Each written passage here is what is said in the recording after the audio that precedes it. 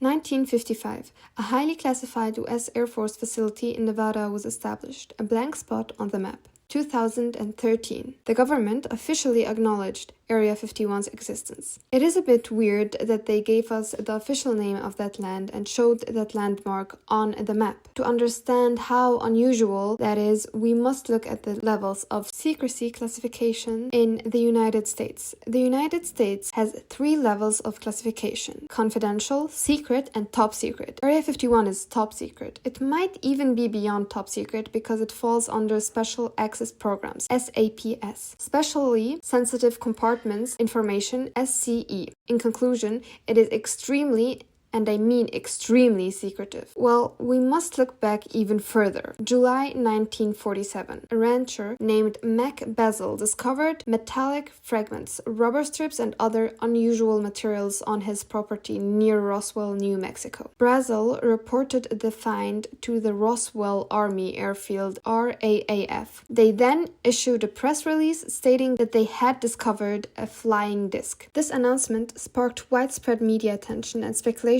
about a crashed UFO. However, the military quickly retracted the statement, claiming that the debris was from weather balloon, from a classified program, which was designed to detect Soviet nuclear tests using high-altitude balloons.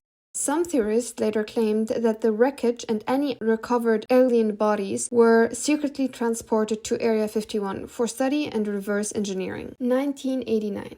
One of the most famous whistleblowers, Bob Lazar, acclaimed former employee at Area 51. Let's look at his key claims.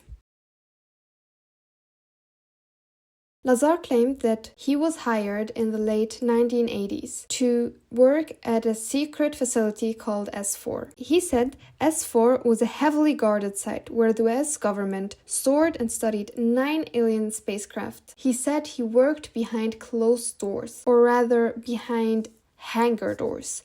He claimed that one time when someone opened them, he saw 9 UFOs. Lazar alleged that he was tasked with reverse engineering the propulsion system of these spacecraft. He described the propulsion system as being powered by an anti-gravity reactor fueled by element 115, a then unknown element, which he claimed was used to generate gravitational waves. Lazar stated that element 115, later named moscovium, was a stable, super-heavy element, not found naturally on Earth. He claimed it was used to create a gravitational field that allowed the spacecraft to bend spacetime, enabling faster-than-light travel. Lazar suggested that the spacecraft and technology came from Zeta Reticuli star system, about 39 light-years from Earth.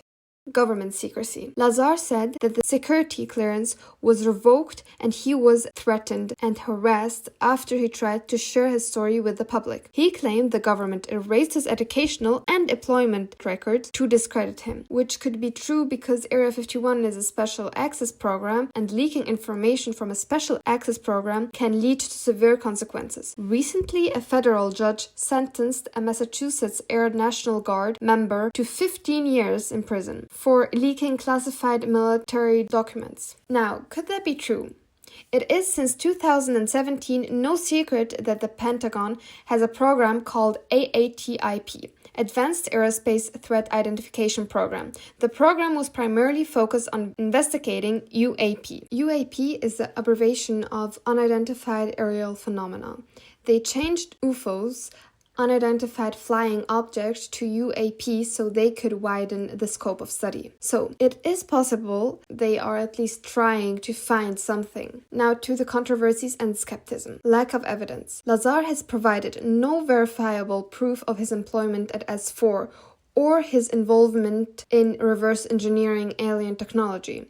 He did say that he knew that there are no evidence to his speech. Lazar has said he went public as a form of protection, essentially to make himself a public figure so that any attempt to silence him would be more noticeable. Education and employment records. Lazar claimed to have degrees from MIT and Caltech, but no records of his attendance or graduation have been found. Element 115. While element 115, moscovium, was synthesized in a lab in 2003, It is highly unstable and decays quickly, contradicting to Lazar's claims of it being stable and usable for propulsion. But he did claim that everything he saw must have been extraterrestrial, so they only tried to recreate everything.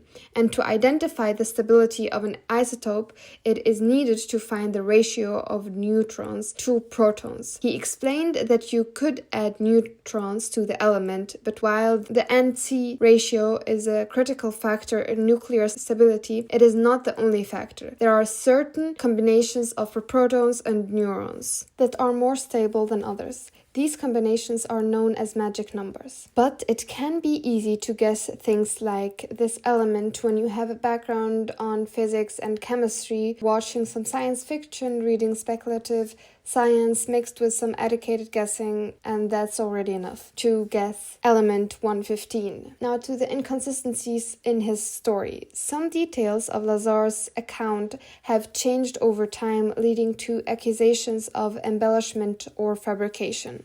To the support for Lazar. There is some support for Lazar though, including journalist George Knapp, who first interviewed Lazar. He has supported his credibility and claimed that parts of his story align with other whistleblower accounts. I also thought that these comments under the videos I have watched to do my research on Lazar were interesting. I can't verify anything though. Like this one comment. It reads, "To all the skeptics out there, my late dad past June 2013 was a top-level security, cleared aerospace engineering with level 5 clearance from DoD and NASA. His last credits were B-1B and B-2 stealth bombers. He was sworn to secrecy his whole life, but when finally, on his deathbed, he answered my questions that I had for decades about what he did. What he told me would curl your hair about his being tasked to reverse engineering what was being kept 6 floors down below Hangar 18 at WPAFB. This stuff is real. Lazar is telling the truth." Or all these other comments that are agreeing with Bob Lazar. Here we have a comment that might be even more important. David Freehoff, pilot on top secret SR-71. For 4 years and a half, also worked on Area 51, not S4, up to 1985. But he kept contact with his team when Bob Lazar in 1989 said he was working on S4. David Freehoff asked colleagues if they known Lazar in 1988 and 1989, and they responded they have seen him on the Janet Airlines going to Area 51. Lazar was working on another base named S4, even more secret. Bob Lazar said the truth.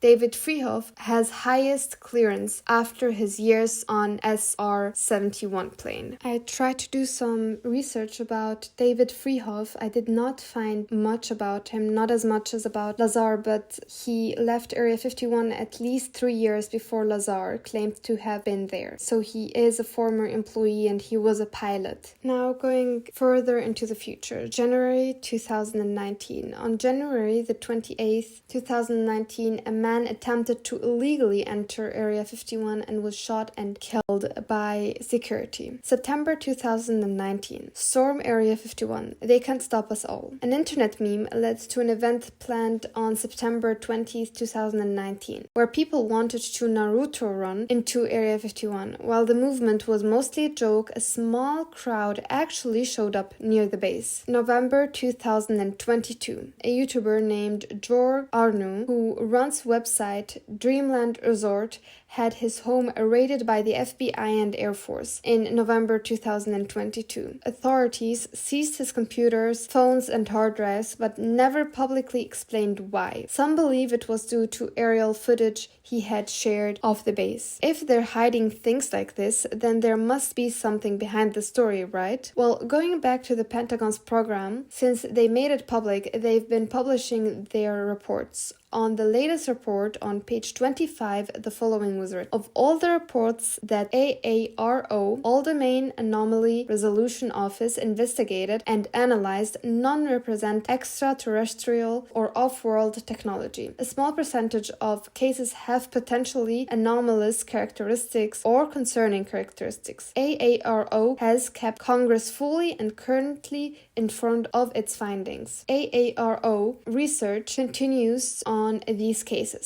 What they mean is that while they have not found any evidence of extraterrestrial technology, some cases still exhibit odd traits. These could include objects moving in ways that defy known physics, appearing and disappearing suddenly, or displaying potential worrisome characteristics. So the fact that they are investigating insecurity against extraterrestrial technology must mean they've seen something, but I doubt that they have had any alien aircrafts like Lazar claimed. But one can't be sure. What we know for sure is that they did some reverse engineering in Area 51. During the Cold War, one of the facility's missions was to maintain US technology and military superiority, so they could do some reverse engineering on Soviet equipment. This is also how everything started. When we go back to Basil's findings, the balloon that he found was called Project Mogul. It was a top secret project by the US Army Air Force, involving microphones flown on high-altitude balloons whose primary purpose was long-distance detection of sound waves generated by the Soviet atomic bomb tests.